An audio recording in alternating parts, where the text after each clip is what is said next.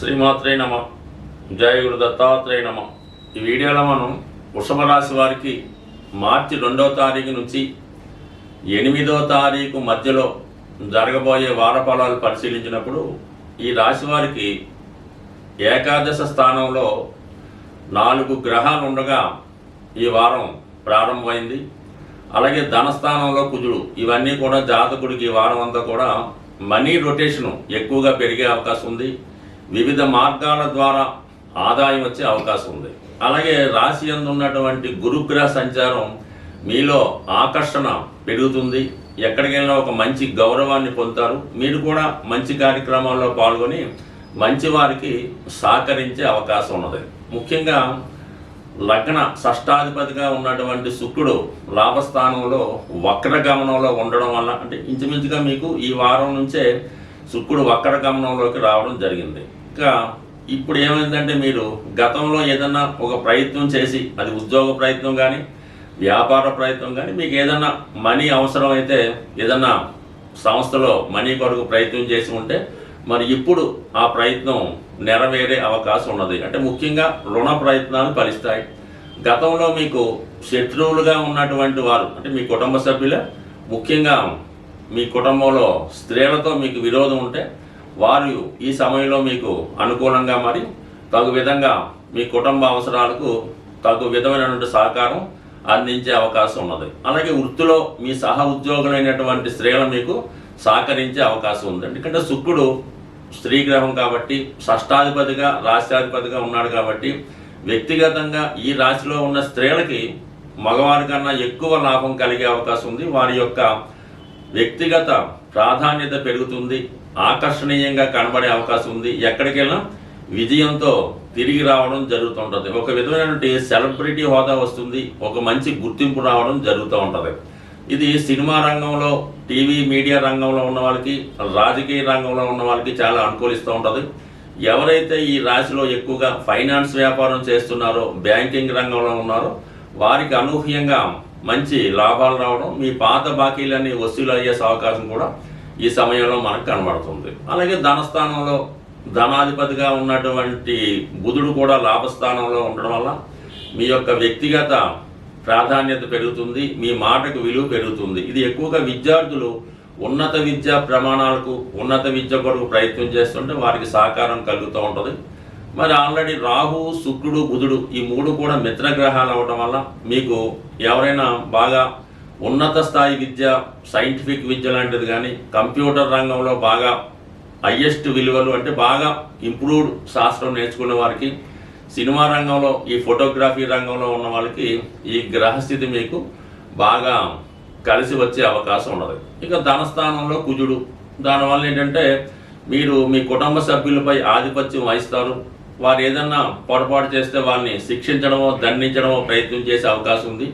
అయితే మీరు కఠినంగా మాట్లాడటం వల్ల మీ కుటుంబ సభ్యులు కొంతమంది మనస్తాపానికి గురయ్యే అవకాశం ఉంది. కాబట్టి మాట్లాడే విధంలో సౌమ్యంగా మాట్లాడటం మంచిది. బట్ ఏదైనా అధిక మొత్తంలో భూములపైన, స్థిరాస్తులపైన ఆదాయం మీకు ఈ వారంలో రాబోతుంది. దాని విషయంలో కుటుంబ సభ్యుల మధ్య కొన్ని అభిప్రాయ భేదాలు కూడా వచ్చే అవకాశం ఉంది. ముఖ్యంగా దశమంలో రవి దిగ్బలుడై ఉండడం వల్ల ప్రభుత్వ ఉద్యోగులకి ఎక్కువగా పనిభారం పెరుగుతుంది. అయినప్పుడు కూడా వృత్తిలో సంతృప్తి కలిగే అవకాశం ఉన్నది. అంటే మొత్తం మీద ఏంటంటే ఎక్కువ గ్రహాలు ధన లాభస్థానాల్లోనూ రాశిలో శుభగ్రహం ఉండడం వల్ల ఈ వృషభ రాశి వారికి ఈ వారం అంతా కూడా చేపట్టిన ప్రతి పని విజయవంతంగా, ఆర్థిక పరంగా లాభంగా ఉండే అవకాశం ఉంది. స్వస్తి. ఈ వారం ఈ గ్రహస్థితి పరిశీలించినప్పుడు ప్రతి ఒక్కరికి కూడా ధనం యొక్క అవసరం చాలా ఎక్కువ ఉండడం జరుగుతూ ఉంటుంది. అంటే శుక్రుడు ఈ ఆదివారంలో వక్రించి ఉండడం వల్ల ఇంచుమించుగా కొన్ని రోజుల పాటు వక్రిస్తాడు. అలాగే మిగతా గ్రహాలతో కలియడం వల్ల మనీ ఎక్స్పెండిచరు ప్రతి ఒక్కరికి చాలా ఎక్కువ అవడం జరుగుతూ ఉంటుంది. ఆ ఖర్చుకు తగిన ధనం మీకు రావాలంటే మరి శుక్రుడు వక్రించి ఉండడం వల్ల శుక్రగ్రహానికి అధిదేవత అయినటువంటి లక్ష్మీ అమ్మవారిని మీరు ప్రసన్నం చేసుకోవాల్సి ఉంటుంది.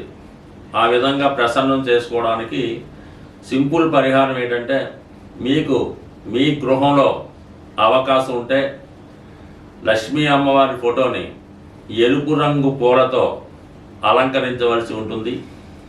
అలాగే అమ్మవారికి దానిమ్మ పండు అంటే ఎప్పుడు కూడా ఒకే ఒక పండు నైవేద్యంగా కాకుండా కనీసం ఒక 4 లేదంటే ఒక 6 దానిమ్మ పళ్ళు నైవేద్యంగా పెట్టి అమ్మవారికి విధి విధానంగా కనకదార స్తోత్రమో లక్ష్మీ స్తోత్రమో పారాయణ చేస్తూ ఆ ప్రసాదాన్ని 6 ముత్తైదువులకి పంచడం వల్ల లక్ష్మీ అనుగ్రహం కలిగే అవకాశం ఉన్నది. దీనితో పాటుగా మరి ఇంట్లో అవకాశం లేని వారు ఏదైనా అమ్మవారి దేవాలయంలో అమ్మవారికి ఈ దానిమ్మ పళ్ళు నైవేద్యంగా సమర్పించడం వల్ల కూడా మీ యొక్క ఆర్థిక పరమైనటువంటి సమస్య నుంచి బయటపడే అవకాశం ఉంది. చాలా వరకు ఈ మనీ రొటేషన్ పెరగాలన్నా చాలా వరకు శుక్రవారం రోజు ఏ విధంగా కూడా ఆర్థిక పరమైనటువంటి లావాదేవీలు చేయకుండా ఉండడం మంచిది. ముఖ్యంగా ఎంత అవసరమైనా సరే శుక్రవారం రోజు ఈ బంగారాన్ని తాకట్టు పెట్టడం కానీ లేదంటే ధనాన్ని ఎవరికైనా అప్పుగా ఇవ్వడం కానీ ఖర్చు పెట్టడం కానీ చేయకుండా ఆ ఒక్కరోజు నియమంగా పాటించవలసి ఉంటుంది. అలాగని ఫోన్పేలు గూగుల్ పేలు వాడకుండా మీకు ఎంతైతే బ్యాలెన్స్ గురువారం నైట్ ఉంటుందో అదే బ్యాలెన్స్ శనివారం ఉదయం దాకా మెయింటైన్ చేయగలిగితే కంపల్సరిగా కొద్ది వారాల్లోనే మీ యొక్క ఆర్థిక పరమైనటువంటి సమస్య పరిష్కారం అవుతుంది. ఈ చిన్న ప్రయత్నం చెప్పడానికి సులువు కానీ చేయడానికి కష్టంగా ఉంటుంది. ఒక్కసారి ఒక 6 వారాలు ప్రయత్నించేయండి. మీలోనే మీకు తెలియకుండా ఒక గొప్ప ధనపరమైన అవకాశాలు రావడం జరుగుతుంది. స్వస్తి. సరిపోయిందా? ఇంకొకటి చెప్తామా? సరే. అలాగే వేరొక పరమైన సమస్య కూడా చాలా వరకు ఈ ధనం గురించి ఈ ధనం నిల్వ గురించి రావడం జరుగుతూ ఉంటుంది. ఎక్కువగా ఈ ఆంజనేయ స్వామి వారికి మంగళవారం రోజు సింధూరంతో పూజించవలసి ఉంటుంది. సో లేదు మనం ఏ టెంపుల్ పక్కన పెట్టుకుంటే మీరు ఏదైనా ఒక కాపరు రాగితో తయారు చేసినటువంటి ఆంజనేయ స్వామి యొక్క విగ్రహాన్ని తీసుకోవడం మంచిది. లేదంటే ఒక కాయిన్ మీద హనుమాన్ బొమ్మ ఉన్నవి మార్కెట్లో దొరుకుతుంటాయి. అదైనా మీరు ఒక రాగి పళ్ళెంలో ఆ ఆంజనేయ స్వామి రాగి విగ్రహాన్ని నుంచి సింధూరంతో ఆంజనేయ స్వామిని మీరు పూజించవచ్చు. ఆ 108 నామాలతో చక్కగా మీరే పూజించి మొత్తం సింధూరం అంతా కూడా స్వామి మీద మూయబడి ఉండాలన్నమాట. అంటే పూర్తిగా సింధూరంలో స్వామివారి యొక్క విగ్రహం మునిగిపోవలసి ఉంటుంది. అప్పుడు మీరు దాన్ని ఎవరు టచ్ చేయని ప్రదేశంలో పెట్టి ఏదైనా బయటికి వెళ్ళినప్పుడు మాత్రం ఆ సింధూరాన్ని మీరు తిలకంగా ధరించి వెళ్ళవలసి ఉంటుంది. దానివల్ల కూడా మీకు నిత్యం మీ గృహంలో ధైర్యంతో కూడినటువంటి సంపద వచ్చే అవకాశం ఉంటుంది. అలాగే ఇదే రెమెడీ మీరు మన విఘ్నేశ్వరుడు కూడా బ్రహ్మాండంగా చేయొచ్చు. విఘ్నేశ్వరుడిని కూడా సింధూరంతో అష్టోత్తరంతో పూజ చేయడం వల్ల కూడా మీకు కేవలం ఈ రెమెడీ పనిచేసే అవకాశం ఉంది. దీంట్లో ఎక్కువగా ఉపయోగించవలసింది స్వచ్ఛమైనటువంటి సింధూరం, కల్తీ లేని సింధూరం. అలాగే కాపర్ ప్లేట్లో కాపర్తో చేసినటువంటి ఆంజనేయ స్వామి విగ్రహం కానీ లేదంటే విఘ్నేశ్వరుడు యొక్క విగ్రహం కానీ ఉండవలసి ఉంటుంది. ఈ రెమెడీ చాలామంది ఆచరించి విజయం సాధించడం జరిగింది. కాబట్టి ఏదైనా ఒక రెమెడీ మీరు చేస్తున్నప్పుడు దాని మీద అనేక సందేహాలు రాకుండా మీరు చేస్తున్నటువంటి రెమెడీ ఇతరులకి చెప్పకుండా చేయడం వల్ల దాని ఫలితం చాలా ఎక్కువగా వచ్చే అవకాశం ఉంటుంది. కాబట్టి ఒకసారి ప్రయత్నం చేయడం వల్ల ఆటోమేటిక్గా మీ యొక్క ఆర్థిక సమస్యలు బయటపడతాయి.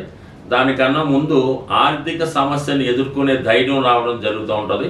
అందుకే ధైర్య సాహసే లక్ష్మి అన్నారు. కాబట్టి మరి ధైర్యంతో ఏ పని చేసినా మీకు ఆ కార్యం సిద్ధిస్తుంది. స్వస్తి.